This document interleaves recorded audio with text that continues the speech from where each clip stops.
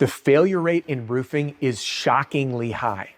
2 out of 3 roofing sales reps will quit or get fired in their very first 12 months. And it's reported the average lifespan of a roofing company is a pathetic 5 years. And in fact, that number shrinks even lower in certain cities. I was just in conversation with some folks in Oklahoma City, and they told me that the average lifespan of a roofing company is just 11 months.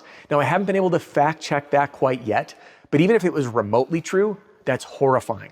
So why is it that there is so much turnover? Why don't people survive in this business? There's such a low barrier to entry, and anyone can do this, but most people don't succeed. Well, the reasons for that are exactly what I'll be covering in this video to help you understand what the threats are so you can overcome yourself, beat the odds, and truly win big. Now, let's get started.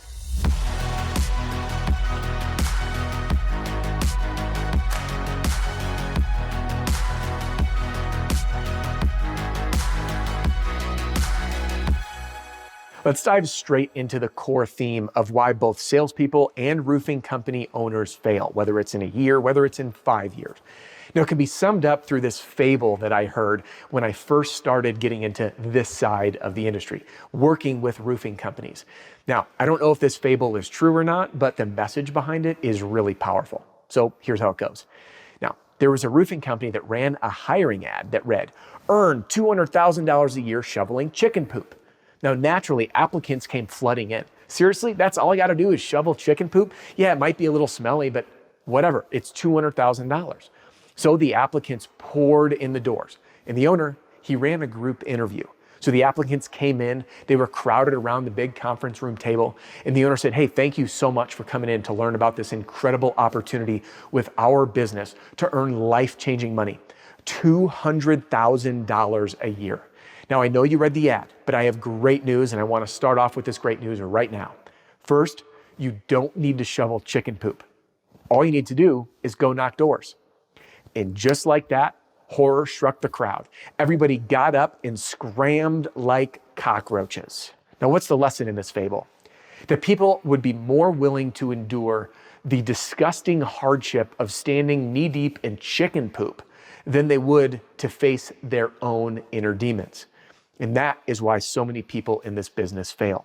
It's also the reason that I wrote my book, The Roofing Sales Survival Guide, How to Beat the Odds, Overcome Yourself, and Win Big. This book became a #1 bestseller on Amazon in the sales category in under 24 hours. And I wrote this book specifically to dive into the mental and emotional aspects of roofing sales that most people don't talk about. Whether you're an owner or a manager, you got lured into this business because of the life-changing opportunities, specifically the financial opportunities.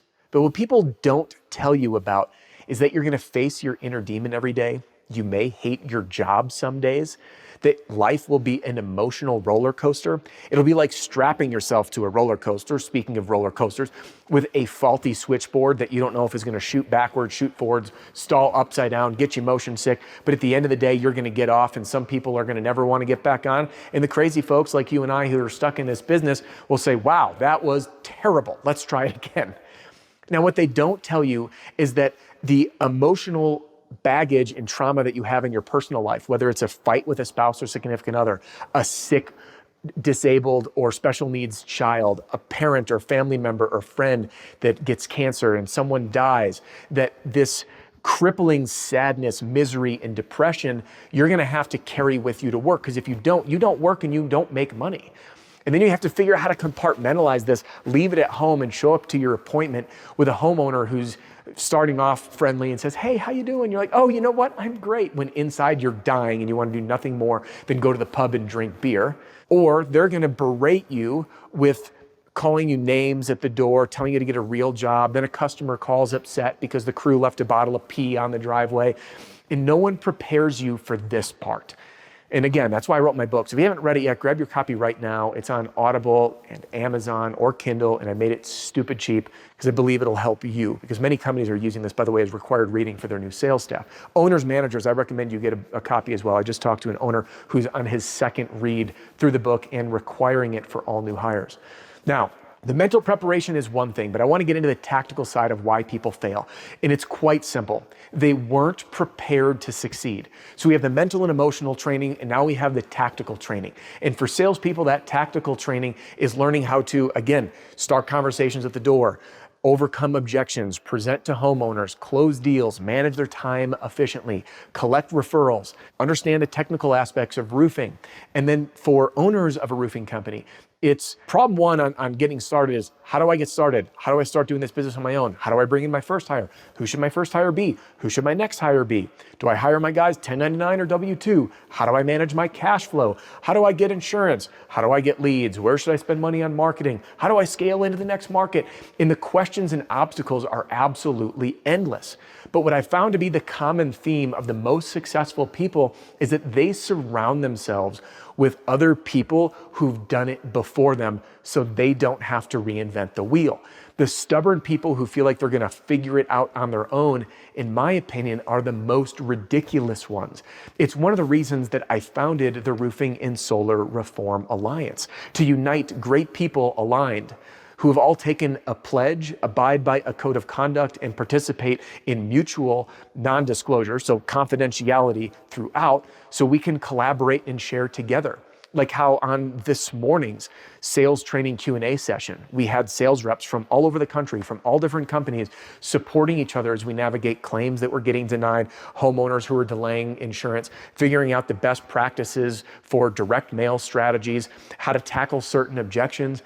And then on our leadership roundtable, figuring out how to navigate the things that come up, like the new FLSA law that went into effect March 11th, which took that gray area of 1099 and W-2 and made it black and white. And really, you need to be W-2 to have employees.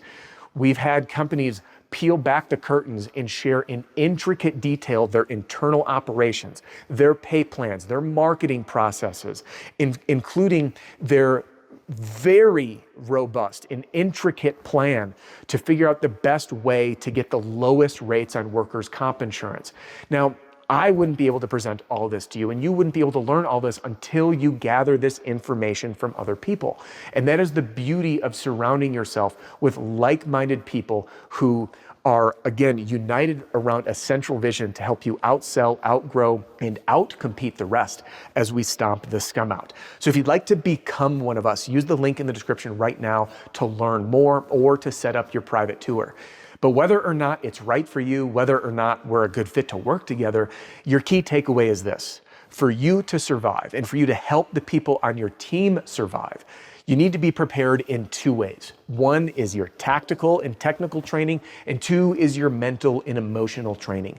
And if you can accomplish both of those, you'll be wildly successful in this business. But if you fall short in any of them, you, my friend, will be just a mere statistic. And I don't want to see that happen. So I'm glad you're here with me today. Now listen, I appreciate you joining me in today's video. Just because our time here is about to wrap up does not mean your and my time has to. If you haven't yet done it, I want you to get a leg up by jumping inside my free training center right now. There's absolutely no catch, and there's a link in the description. And if you wish to hang with me here on YouTube, hop right into this next video. I think you're really gonna love it. Till next time.